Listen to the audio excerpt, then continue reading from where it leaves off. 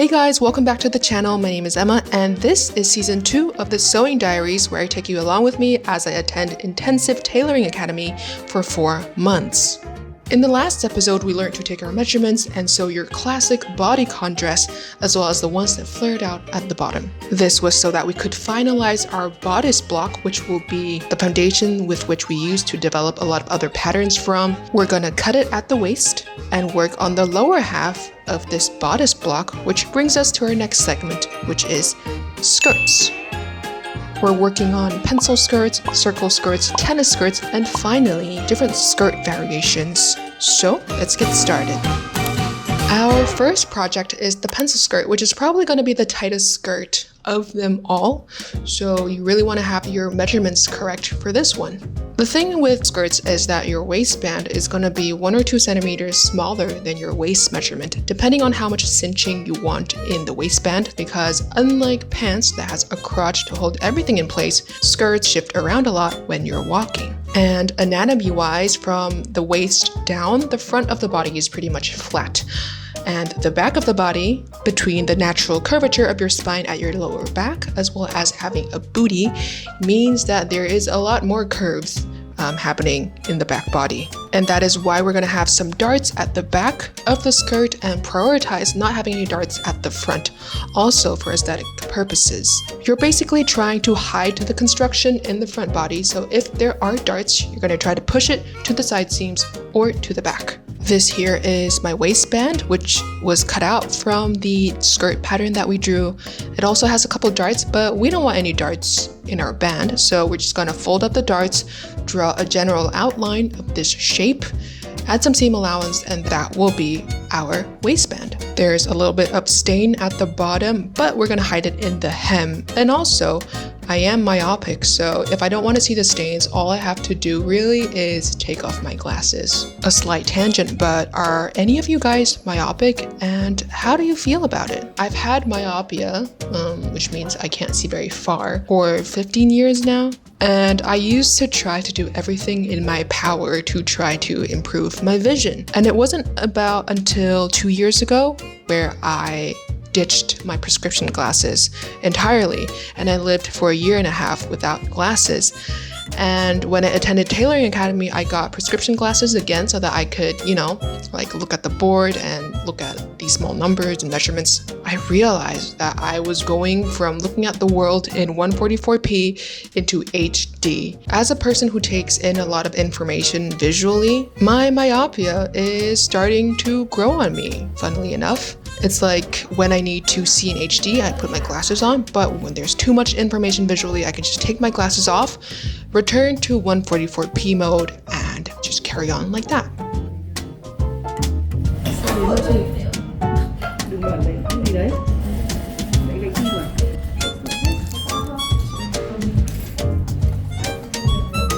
Okay, anyways, it's probably the easiest garment I make in this entire 4 months of school, because all it has is front body, 2 back body pieces, some waistband details, and that's pretty much it.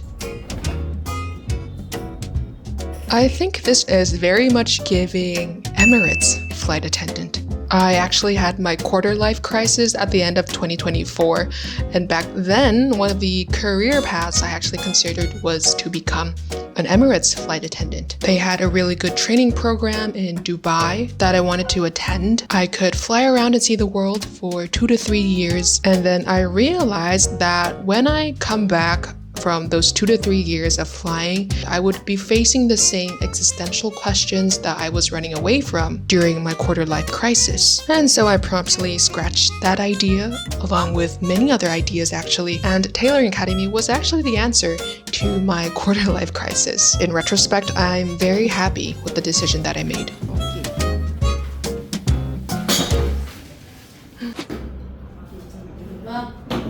Next up is the circle skirt.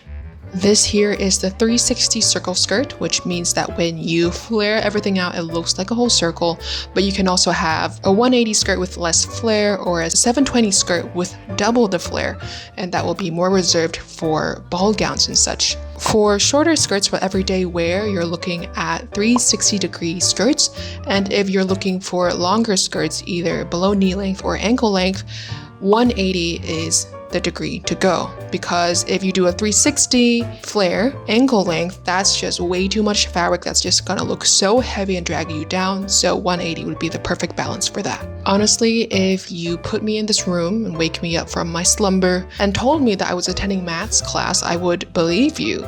Because why are we out here calculating the circumference and the radius of these skirts? But yes, here I'm drawing up a simple calf length 180-degree circle skirt for everyday usage.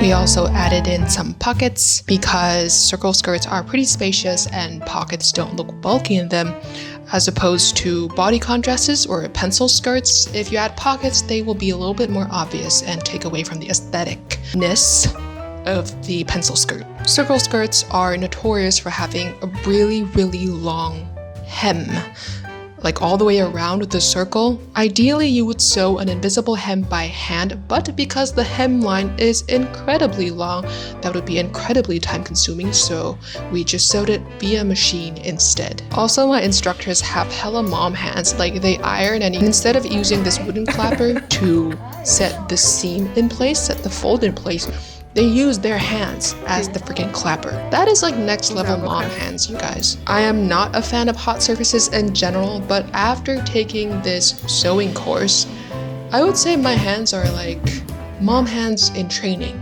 And voila, here is the circle skirt.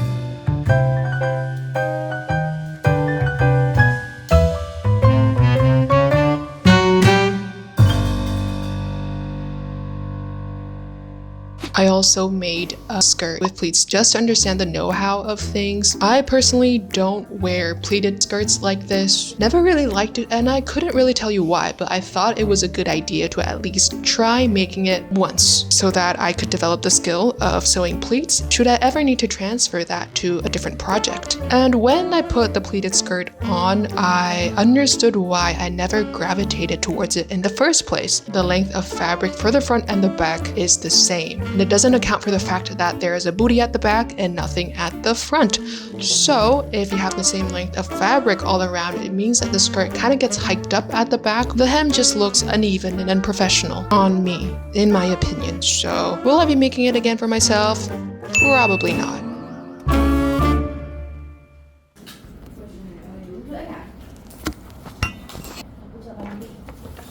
After every leg of the program, we have a little short test. This is our second test out of the program, and somehow we managed to collectively weasel out of the rest of the other paper tests. So I guess there is power in numbers, huh?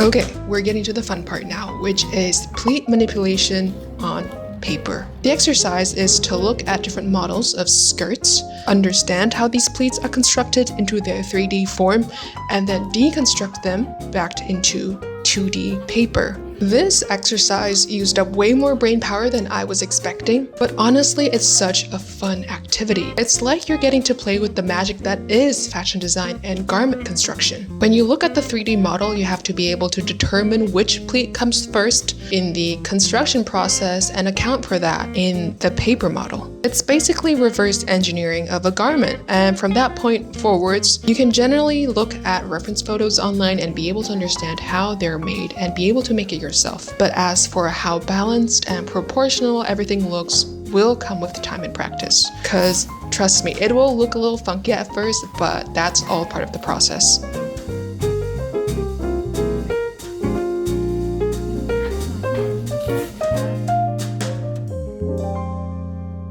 So with this newly equipped toolkit, I'm gonna try and make nothing too crazy to get started off with. This is going to be a skirt with a slit on one leg and a couple like droopy pleats on one side. The idea is to make it look effortless.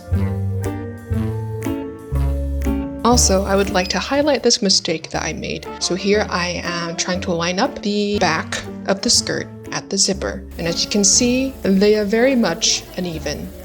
It is a difference of merely 7 millimeters or a quarter of an inch, but somehow in sewing, even the smallest of detail differences of like stuff not lining up, as small as a 1 millimeter or a 16th of an inch, is very, very noticeable. And I just gained so much more respect for the people who work in this field, who work with this craft. The attention to detail is absolutely insane when it comes to creating a garment that looks presentable, let alone functional and fashionable. As with many other things in life, sewing is indeed a labor of love, and I'm so appreciative of having classmates and teachers with me who will also laugh at my mistakes. It has saved me from many temper tantrums and crash outs. And here is the final product. Effortless I tried to go for, and effortless I did not get, unfortunately. I think there's something about the pleats that don't look right yet. Like, it is somewhere between accidental and intentional, but not in a good way, you know what I mean? Like, you want the pleats to look intentional but effortless at the same time, whatever that balance is. Anyways, here is some of my classmates' work. I think they did a pretty good job, considering that we only had a couple days to work on this project. And yeah, that is everything for the skirt segment. We covered pencil skirts, circle skirts, pleat manipulation, and skirt variations. In the next episode, we're going to be talking more about the upper body bodice variations. And once you have the upper body variations down, paired with the lower body variations, what you now can make is any dress or ball gown that you can conceptualize in your mind and translate onto paper. We're also coming in hot with our mid-program project, which involves 2 tops and 3 dresses/gowns, and I promise you, you do not want to miss out on that episode because I got to make some of the garments that I am most proud of out of this entire program, and I can't wait to show it to you guys. Thank you so much for watching this video. I hope you guys have a wonderful week, and be sure to stay tuned for the next episode of the Sewing Diaries. See ya!